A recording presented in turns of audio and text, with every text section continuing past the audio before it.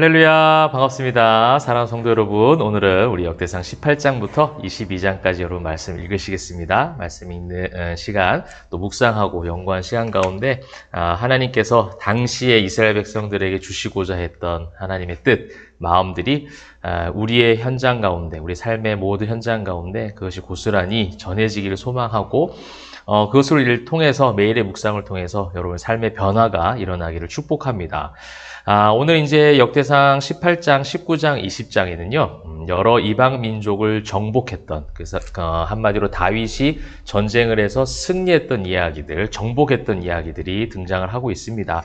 18장 이제 첫 부분을 이제 보시게 되면 이제 모압을 쳤다라는 이야기가 나오고, 소바왕 하다데셀, 그다음에 9절에서는 하만왕 도우 등등 그렇게 해서 이제 다윗의 정복 사업이 이제 시작이 되었다. 그리고 이제 이기게 하셨다라는 그런 반복된 구절들이 나오고 있습니다. 특별히 이제 13절, 14절 이어져 오는 부분을 보게 되면 다윗이 에돔의 수비대를 두었고 에돔 사람이 다 다윗의 종이 되었다. 그러니까 다 이기게 하신 거죠. 그래서 다윗이 어디로 가든지 여호와께서 이기게 하셨더라.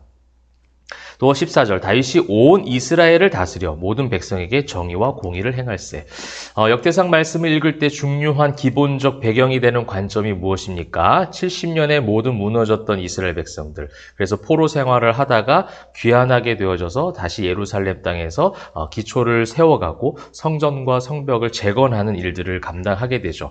그 일들을 감당해야 될 독자들이 이 성경을 읽고 또 그 성경 말씀을 통해서 어떠한 하나님의 뜻을 구하고 믿고 따라가야 되는가? 바로 이 부분입니다. 하나님께서 이기게 하신다는 거예요. 패배주의에 빠질 수 있고요. 패배주의에 빠질 만한 환경과 상황들이었습니다. 70년이라는 기간은요, 짧은 기간이라면 짧지만 굉장히 긴 기간이라고도 할 수 있어요. 이 기간 동안 그들은 포로로 살았단 말이에요. 그래서 그들은 모든 소망과 모든 희망들, 미래에 대한 그런 여러 가지 믿음이나 확신들이 점점점 무너져 내려가고 있을 때에 인간이 전혀 계산할 수 없는 방법이었던 고레스 왕을 통해서 예루살렘으로 복귀하게 하시죠. 다시 포로들이 귀환하게 하시는데 그 귀환하게 하시는 그 모든 상황 가운데 알려주고 싶으신 것 첫 번째가 뭐냐면 하나님께서 이기게 하시고 하나님이 하신다라는 겁니다. 여러분 우리가 성경을 읽으면서 계속해서 단련해야 될 믿음이 바로 이 부분인 것 같습니다. 내가 무엇을 어떻게 뭘 해야 되는가를 교훈 삼고 그런 미션을 부여받는 것이 아니라 그거는 나중에 두 번째, 세 번째고요. 첫 번째는요. 하나님이 어떤 분이신가. 하나님이 이기게 하셨다라는 거예요. 다윗이 정복해서 이겼다라는 것은 다윗의 힘이 강해서가 아니라 다윗이 군사로서 전략가였고 그가 훈련이 잘 되어진 사람이었기 때문에 정복한 것이 아니라 여호와께서 이기게 하셨다라는 겁니다. 모든 것이 무너진 이스라엘 백성들에게 다시 세우는 것 역시도 하나님께서 하시겠다라는 거예요. 그래서 여러분 느헤미야 성경 보면 성벽을 재건하는데 며칠 걸렸죠?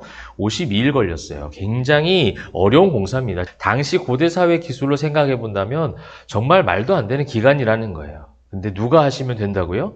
하나님이 하시면 된다는 겁니다. 그러면서 이제 14절에 다윗이 온 이스라엘, 그죠? 이게 역대상에서 한 번씩 나오는 구절이에요. 연합하게 하시는 거죠. 모두가 함께 하는 거. 온 이스라엘, 모든 이스라엘을 다스려 모든 백성에게 정의와 공의를 행할세. 여러분 성전이 재건되어져 가는 그 모든 에스라, 느헤미야 성경을 보게 되면 정의와 공의가 무너진 부분들이 가끔씩 보여져요. 약간 방백들, 지도자급이죠. 재산이 있는 사람들이 조금 그 재산을 착복하는 거. 그래서 어려운 사람들이 생겨나는 그런 일들을 통해서 느헤미야가 개혁을 일으킨 장면도 느헤미야 성경을 나중에 읽게 되시면 이것과 연결해서 그때 다시 말씀을 드릴 텐데 그렇게 정의와 공의가 다 무너진 가운데 하나님은 정의 하나님이시잖아요. 하나님은 공의 하나님이세요. 그 하나님을 통하여 이 모든 무너졌던 정의와 공의 그러니까 단순하게 우리가 땅을 잃었고 건물을 잃었고 그래서 이 물리적으로 보여지는 모든 상황들이 무너진 것보다 더 중요한 것이 무엇이냐면 우리 안에 하나님의 마음들이 다 무너졌다는 거죠. 하나님께서 정의를 가지고 계시고 공의를 가지고 계시고 사랑과 용서와 섬김과 여러 가지 하나님의 놀라우신 그 성품을 우리는 다 잃어버렸다. 그것이 더 무너짐에 있어서 가장 우리가 마음 아파해야 할 무너짐이다라는 거예요. 그죠? 성전이 물리적으로 보여지는 그 화려한 성전이 무너졌고 없어진 것에 대해서 통곡할 것이 아니라 우리의 마음 가운데 하나님을 온전하게 믿지 못하는, 신뢰하지 못하는 그런 불신들, 또 우리 안에 많은 원망들, 이런 것 때문에 하나님과의 관계에서 멀어지게 만들고 무너졌던 나의 신앙에 대해서 통곡하고 자복하고 나오는 것이죠. 그래서 18장에 아주 중요한 부분이 나오고 있고요. 19장도 마찬가지입니다. 계속해서 20장까지는 계속 이제 19장 암몬 자손을 정복한 이야기, 20장의 블레셋을 정복시키는 거죠. 그러니까 이제 북이스라엘은 아수르를 통해서 멸망을 당했고, 남유다는 바벨론을 통해서 멸망을 당했잖아요. 그러니까 이방 민족들에게 압제를 받는 사사기 때부터 이어졌던 이스라엘 백성들의 역사죠.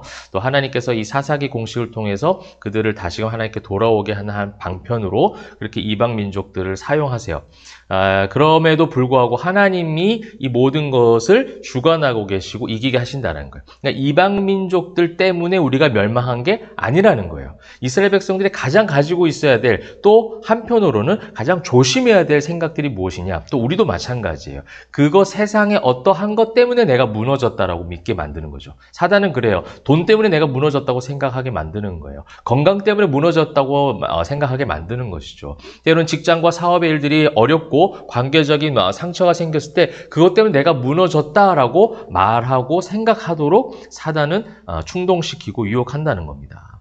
여러분, 우리가 꼭 그런 어떤 세상적 현상 때문에 무너진 것이 아니라 그러한 부분들은 하나님께서 역전시키시고자 하면, 일으키시고자 하면 얼마든지 일으킬 수 있어요. 다만 그 상황 때문에 불평하고 있는 나의 모습을 보라는 겁니다. 그 상황 때문에 절망하고 있고 불평하고 있고 원망하고 있는 나의 이 불신앙에 대한 부분, 그래서 하나님에 대한 사랑과 그 관계에 대해서 내 욕심으로 말미암아 소원해진 것들을 한 번 더 바라보게 하는 것이죠. 그러면서 무엇을 어떠한 부분으로 이제 그 신앙의 고백이 나옵니까? 하나님이 나를 얼마나 사랑하시는가. 이 고백 가운데 들어가는 거예요. 내가 뭘 어떻게 해야 되는가로 넘어가는 것이 아니라 하나님이 나 같은 이렇게 추악하고 패역하고 늘 원망하고 늘 불신하는 나 같은 연약한 자도 나를 사랑하셔서 독생자 예수 그리스도를 보내주셨구나. 그 사랑 가운데 들어갈 때 온전한 회복과 세워짐이 일어나게 된다는 겁니다. 그래서 그 포로 귀환한 그 백성들에게 주시고자 하는 말씀의 어떤 관점이 확실하게 역대상을 통해서 우리가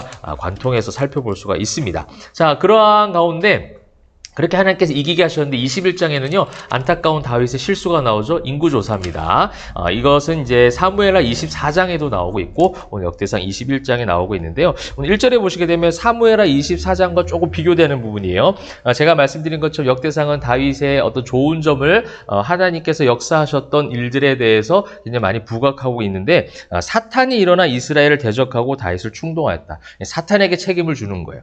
여러분, 이것이 죄에 대한 정의입니다. 사무엘하에는요, 하나님께서 감동시켜서 하나님께서 하신 것처럼 나와 있지만, 여러분, 우리가 죄로 인해서 무너진, 그래서 부정적인 어떤 일들 세상에서 만나면 하나님 나에게 왜 이런 일을 이렇게 나에게 힘들게 하십니까? 이렇게 반문한단 말이에요.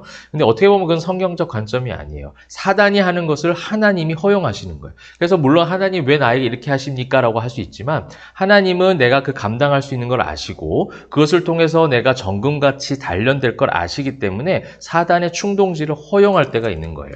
다윗이 아무리 정복하고 또 그 자기 힘이 강해지는 것에 대한 그 인간적 연약함을 인구조사를 통해서 다윗이 또 죄인임을 성경 독자들에게 한 번 더 가르쳐주고 그 모습이 우리에게도 있을 수 있다는 거죠. 그래서 다윗이 이 사단의 충동질에 의해서 인구조사를 했다라고 지금 역대상에는 사무엘하 24장은 조금 다르게 기록을 하고 있습니다. 여러 가지 숫자들도 좀 차이가 있는데요. 그것은 크게 중요하지 않고 이제 시대적인 상황에 따라서 그 계수하는 방법이 약간 달라진 것 뿐입니다. 자, 그러면서 이제 7절에 보시게 되면 하나님이 이 일을 악하게 여기사, 근데 이 일을 악하게 여기사 할 때 이제 헷갈릴 수 있어요. 앞에 있는 6절. 요압에게 이제 그 계수를 맡겼어요. 이제 인구조사를 맡겼는데, 요압이 왕의 명령을 마땅치 않게 여기는 거예요. 이게 교만하다는 거죠. 마땅치 않게 여겨서 레위와 베냐민 사람은 계수하지 아니하였더라 하고 7절에 하나님이 이 일을 악하게 여기사 해서 요압의 일을 악하게 여긴 거다라고 해석하는 사람들도 있는데, 이거는 사무엘하 24장과 역대상 21장을 같이 함께 해석하다 보면 하나님은 지금 다윗의 일에 대해서 악하게 여기고 계시다. 흐름상, 문맥상 그렇게 이렇게 보시는 것이 더 맞겠습니다. 자, 그렇게 하면서 이제 다윗의 또 하나님께서 마음에 합하게 만드셨던 다윗의 좋은 성품이 이제 회개하는 장면들이 앞에 뒤에서 쭉 나오게 돼요. 회개하고 이 백성을 살려달라고 기도하죠. 이것이 이제 죄에 대해서 죄를 이제 회개하는 성도들의 모습. 예수 그리스도를 통해서 그 죄를 회개할 때 용서받을 수 있는, 그래서 하나님께서 그 기도를 들으시는, 예수님을 통하여 그 통로가 열려진 그런 구속사적 관점으로도 21장을 보시면 좋겠습니다. 인간의 연약함, 그래서 죄악으로 무너질 수밖에 없고 죽을 수밖에 없지만 하나님은 다시 한번 세워주시고 일으켜 세워주신다. 기도를 들으시고 구원해 주신다. 예수님의 기도를, 십자가상에서의 기도를 들으셨던 것처럼 말이죠. 그 다음에 이제 22장에는요, 성전 건축을 준비하고 있습니다. 자, 여기서 이제 좀 중요한 부분이 이제 뭐 여러 가지가 있겠지만, 다윗의 때 성전 건축을 하지 못했죠. 그래서 솔로몬 때로 넘깁니다. 솔로몬이 할 수 있도록 그렇게 부탁을 하는 장면들이 나오고 있는데요. 저는 이 부분에서 이제 14절, 내가 환난 중에 여호와의 성전을 위하여 금 10만 달란트, 은 100만 달란트 등등등 뭐 준비했습니다. 여러분, 이 금 10만 달란트만 해도 현재 한화로 환산해 보면 약 140억만 해도 우리가 억소리가 날 텐데 140조에 달하는 돈이에요. 당시에 고대 사회에.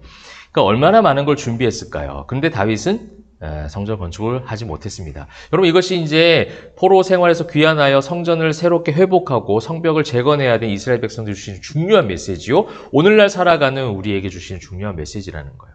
많은 것을 준비했다고 해서 그것을 투자해서 성전 화려하게 짓는다고 무조건 하나님의 뜻이 아니라는 겁니다. 때로는 포로 귀환에서 아무것도 없는 가운데서 또 어떤 경우에 이제 솔로몬 성전과 비교했을 때 굉장히 초라해 보여서 그 어른들이 울고 했었던 그 에스라 성경의 장면들을 우리는 기억해 보잖아요. 그렇다 할지라도 그것이 중요한 게 아니라는 거예요. 하나님이 지금 우리와 어떻게 함께하고 계시고 이 역사 가운데 우리에게 어떤 은혜를 주셨고 우리는 그것을 기억하여 하나님을 신뢰하고 다시 한번 그 규례와 법도와 말씀을 순종하며 살아가는가에 대한 그런 부분들이죠. 그래서 오늘 어떻게 보면 이 성전 건축을 준비하는 가운데 너무 많은 걸 준비했지만 다윗의 기회를 주지 아니하였고 오히려 솔로몬에게. 그러면서 다윗이 마지막 당부를 하는 19절이 중요합니다. 이제 너희는 마음과 뜻을 바쳐서 너희 하나님 여호와를 구하라.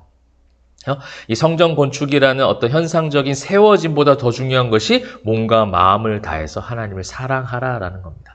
끊어졌던 하나님과의 관계를 새롭게 이어가라라는 거죠. 포로로 이제 포로 생활을 다 마치고 돌아왔으니 또다시 성전 짓는 일에 힘 빼지 말고 또다시 형식적인 것에 빠지지 말고 이제 몸과 마음을 다해서 하나님을 섬기고 하나님과 함께 하나님을 사랑함으로 나아가라라는 것을 이 성전 건축이라는 다윗과 솔로몬의 그 이야기를 통해서 교훈해주고 있습니다. 사랑하는 성도 여러분, 다윗의 정복기, 또 다윗의 또 연약함, 또 성전 건축의 이야기까지 우리가 오늘 살펴보고 있습니다.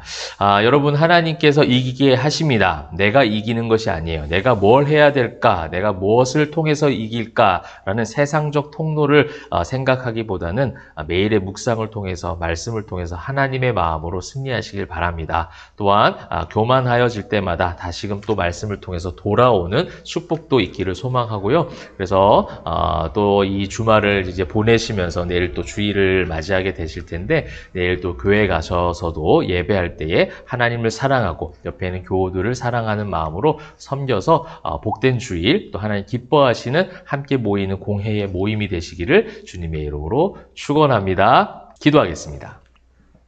사랑과 은혜가 풍성하신 하나님 감사합니다. 하나님께서 이기게 하심을 믿습니다. 그 믿음으로 나아가는 주의 모든 백성들 되게 하시고 몸과 마음과 뜻을 바쳐서 하나님을 구하고 사랑하고 또 하나님과의 관계가 회복되어지는 주의 모든 성도들 다 되게 하여 주시옵소서. 감사드리며 살아계신 예수 그리스도의 이름으로 기도합니다. 아멘.